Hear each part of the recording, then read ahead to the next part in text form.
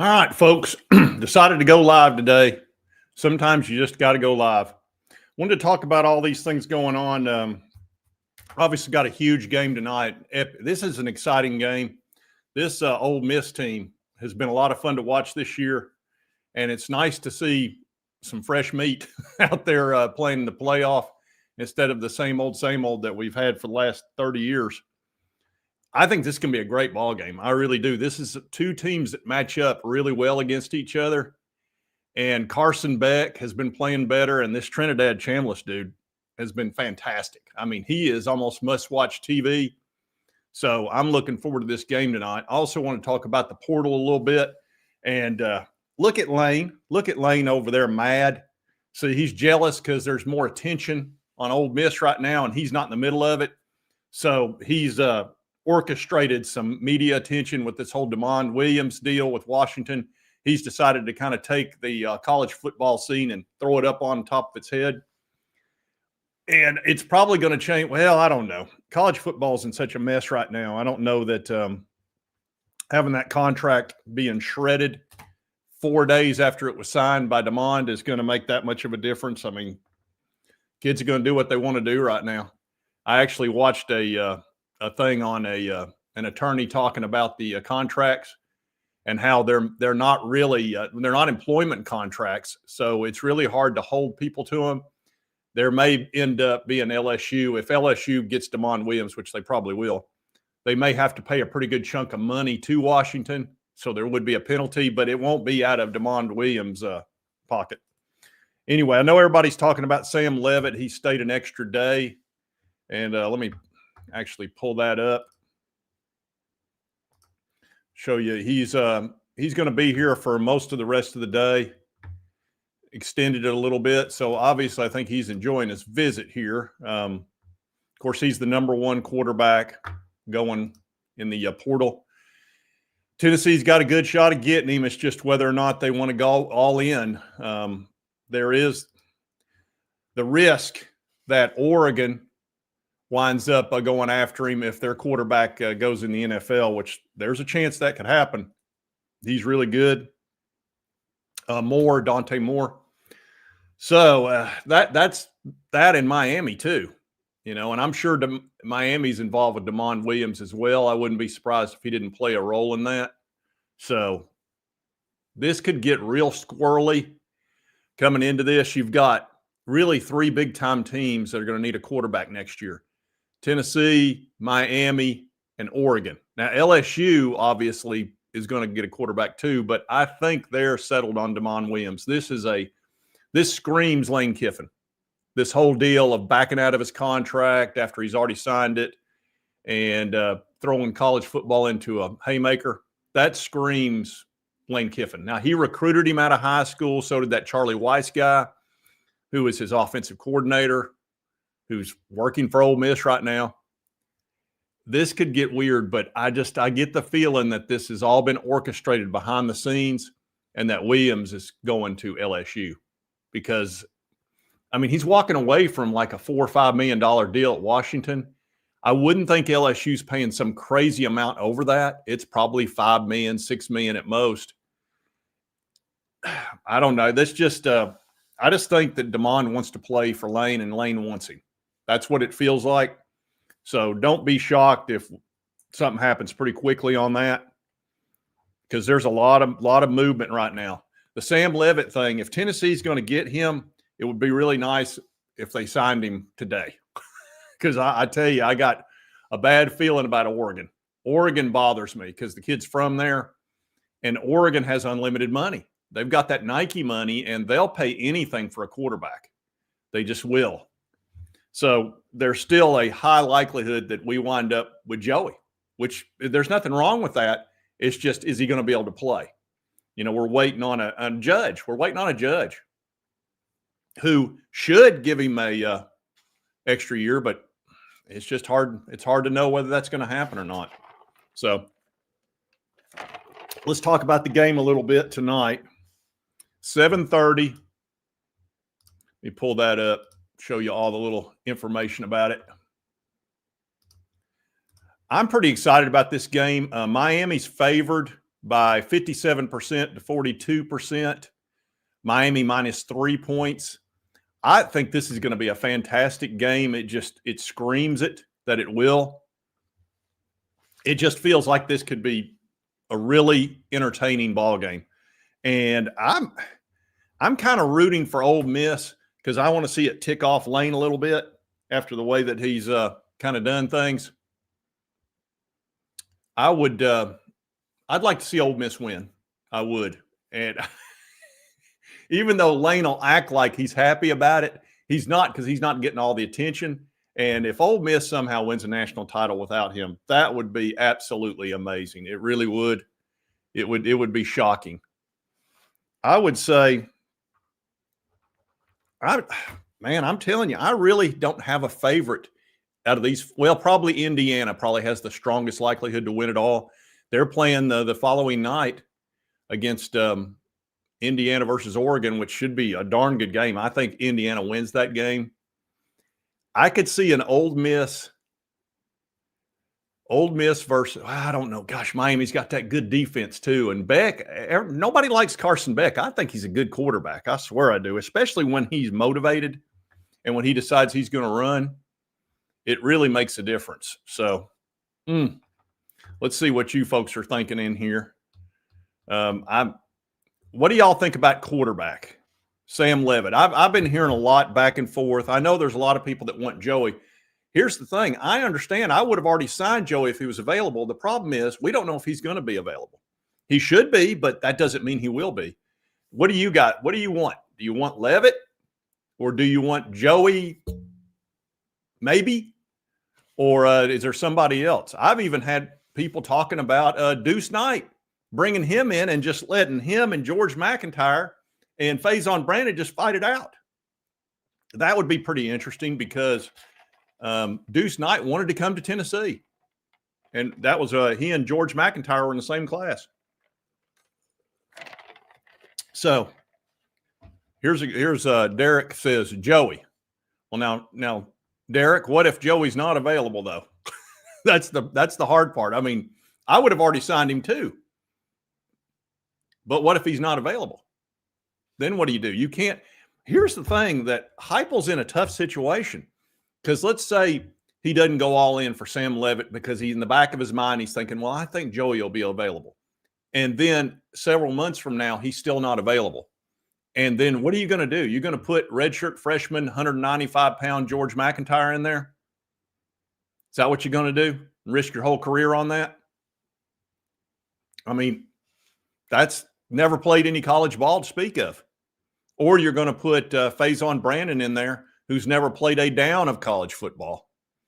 I haven't seen a whole lot of true freshmen succeed in the SEC. Have you? And you're coming off losing 2 bad ball games. You went 8-5, which is the second worst season you've had. And you're going to, here's the thing that concerns me more than anything about Josh. You're getting ready to have a schedule that is twice as hard as last year. Our schedule this year was very manageable. And we didn't do great with it. Next year, you're playing 4 teams that are top 10 rosters.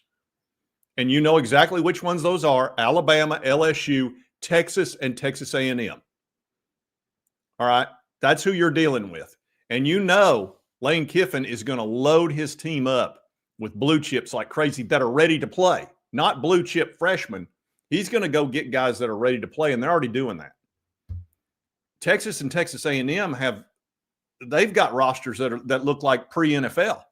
They have spent unlimited amounts of money. And then you got Alabama, and you already know what you're dealing with there. They're a really good team. So, and Ty Simpson, by the way, of course, he's going to the NFL. So Ty Simpson's out. We had all the talk about Ty coming to Tennessee. He's out, 100% out. So let's see. Leavitt's foot. Well, I don't know. Will it? It'll have had a full year to recover. That's the risk. That's where the medical folks got to come in and really talk about that. But that's an interesting point. It very much is. You got to take that into consideration. Somebody coming in with an injury, Is it going to get re-injured? You've really got to have your medical staff take a look at where he is, because running's a huge part of his game. If he's all of a sudden limping around, you're in trouble, because he's got a good arm, but it's not great. Joey's got a much better arm, but Leavitt is he's a taller Diego Pavia. That's what he is. I've watched the kid play, and so have you. He's fantastic. I mean, he's a different. He's ranked number 1 for a reason. You don't get number 1 ranking just willy nilly. That's what the experts think of him, and so do I. I would put him at number 1.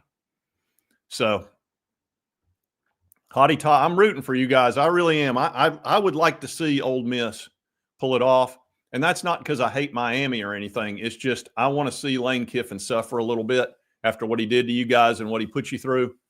And look what he's doing to Washington. That guy makes enemies. He doesn't care. Lane doesn't care.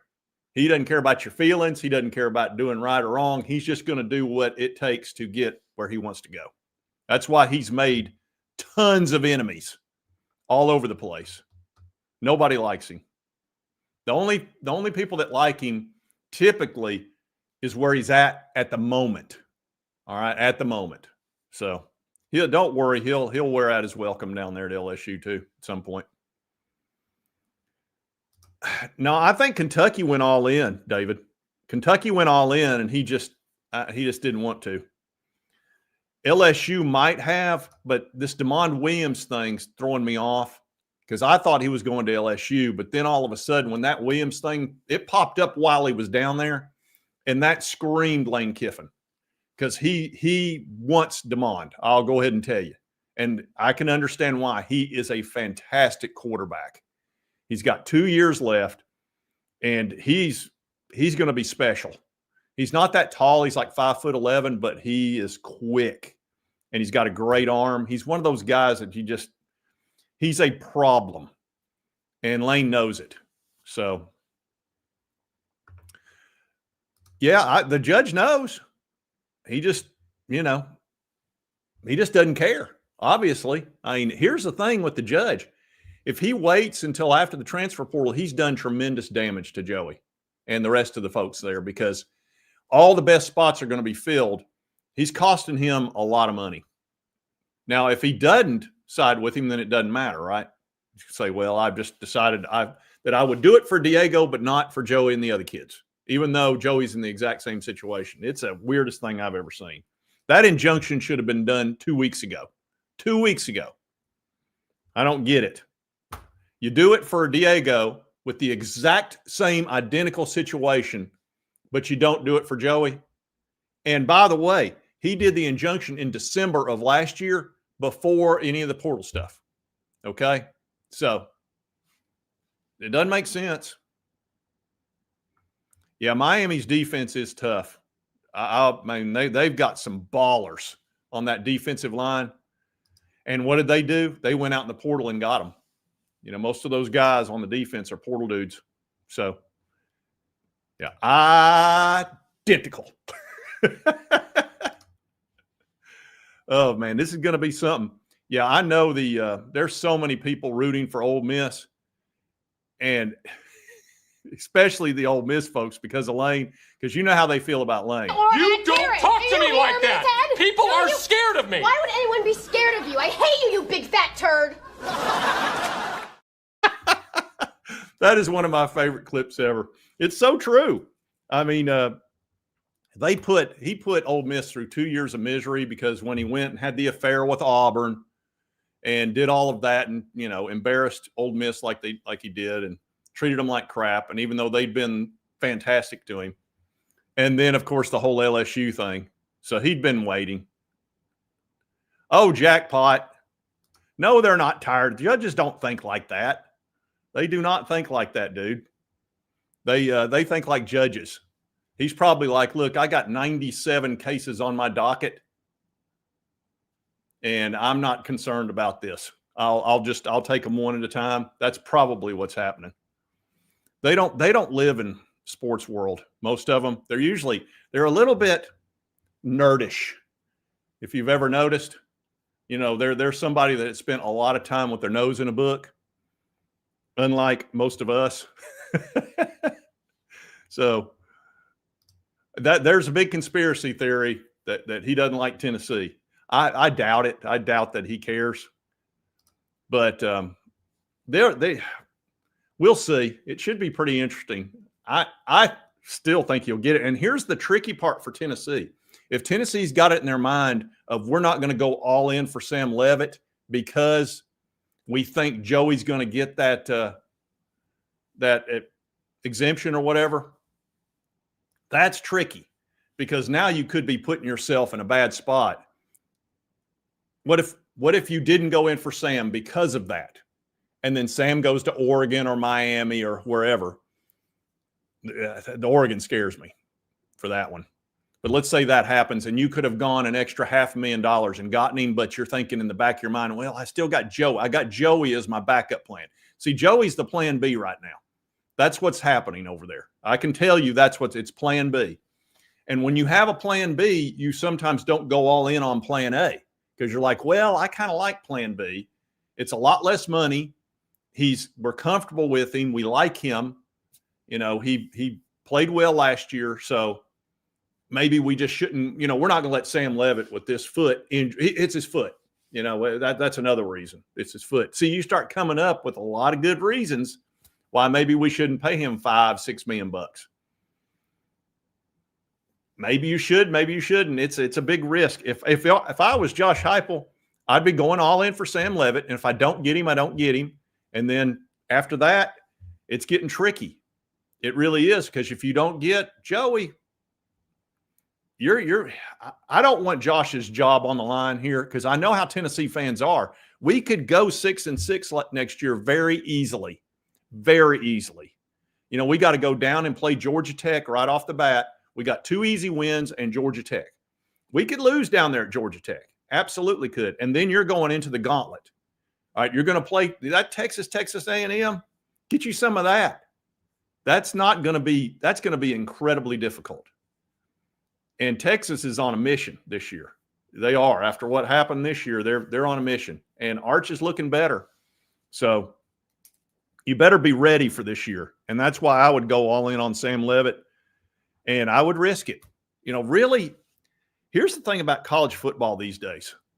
You don't have time to build stuff up.